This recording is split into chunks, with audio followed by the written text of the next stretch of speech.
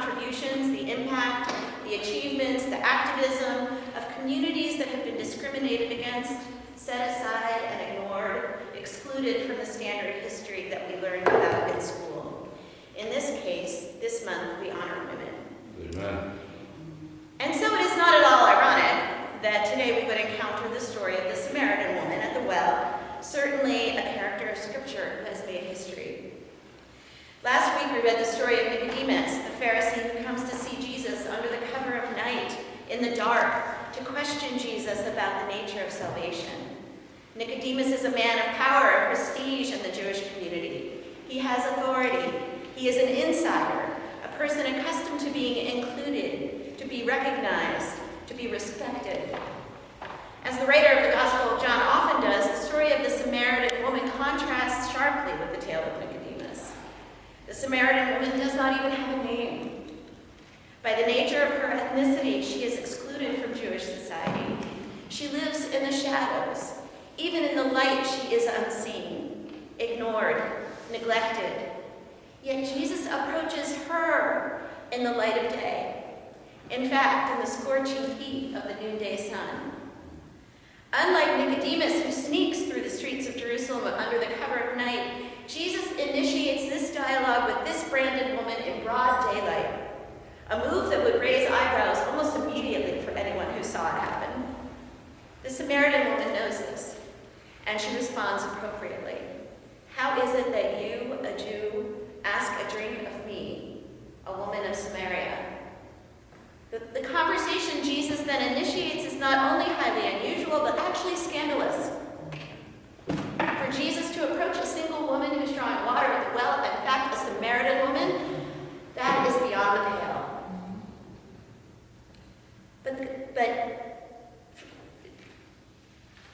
But the conversation that ensues is deep, theologically rich.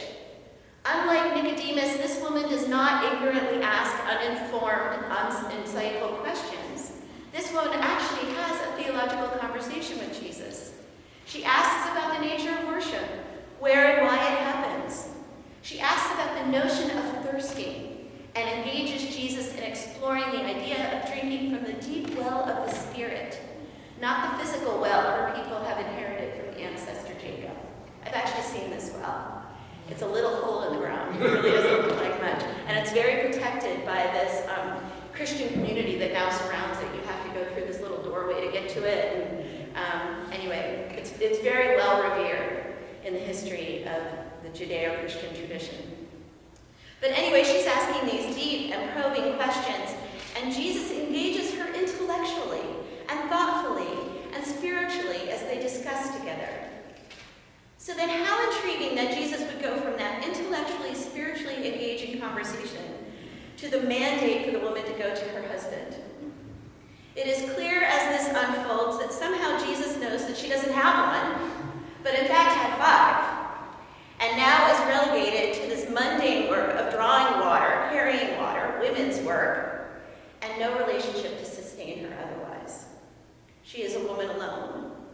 stigmatized, traumatized, and marginalized. Every day she goes to this well, which she clearly cherishes, related to her ancestors.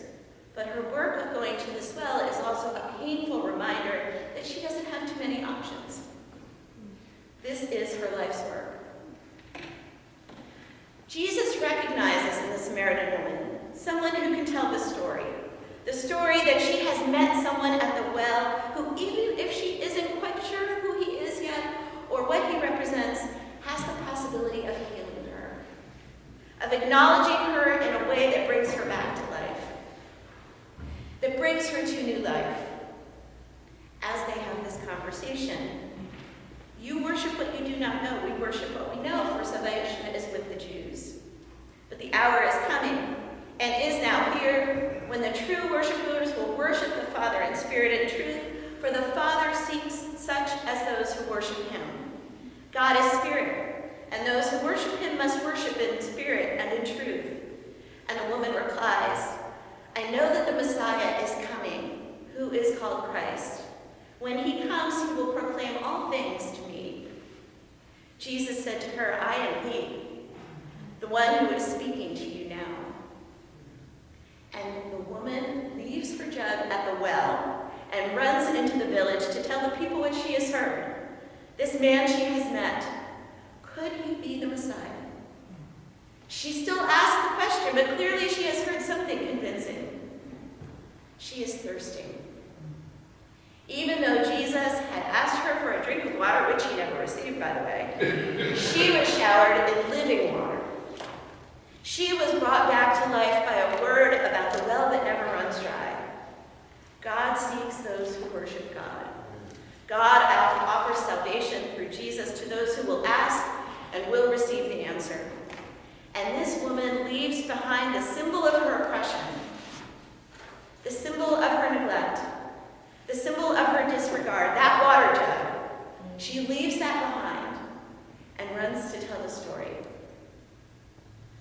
So those Israelites in the desert, forever mumbling, grumbling, and stumbling along, right? Following Moses begrudgingly, crying out for food and now crying out for water. God, did you forget us for real this time? We're still here in this desert land. Will you never deliver us?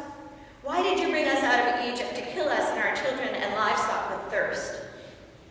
So Moses cries out to the Lord, as Moses does, what shall I do with these people? They are ready to stone me. And God says, go to the Mount of Horeb, and I will be standing there before you. Strike the rock, and water will spring forth. I will be there with you. We are thirsty today, aren't we? Amen.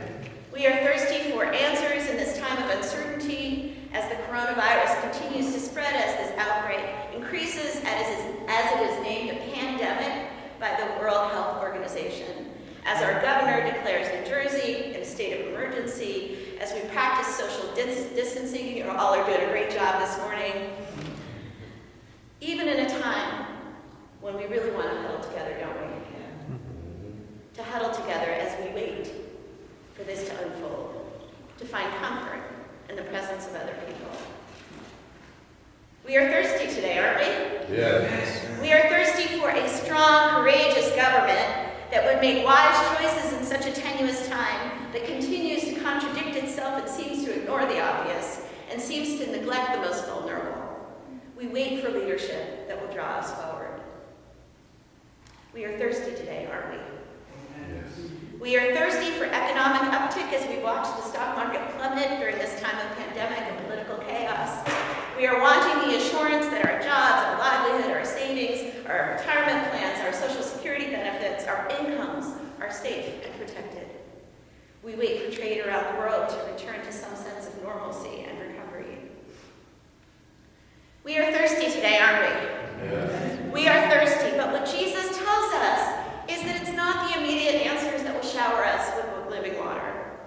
It is not the concrete information or knowledge that bring us to new life. Jesus told Nicodemus, and Jesus tells the Samaritan woman at the well, that it is only water and the Spirit that will renew and refresh us. It is only worshiping a God who meets us in all times and places, in the high spaces, that will bring us into a relationship that will heal us, that will save us, that will bring us salvation. That is the story of salvation. This is the story of liberation and love and joy that comes through knowing that Jesus, who meets us in the most unusual, unlikely places, and finds us even when we've lost ourselves, will restore us again by showering us with that living water, the living water that has no end. In this season of Lent, we thirst as we wait for the rising of the sun, the one that God sent to save us and to set us free, the living water that will always find us and shower over us, even in the shadows, even in the sweltering sunlight, even in the desert. We wait, and we will be found again. We will be found again, and we will be offered the chance to restore ourselves by reminding ourselves who and whose we are, and worshiping the God who finds us wherever we go. We are thirsty, but we will be offered that living water again and again.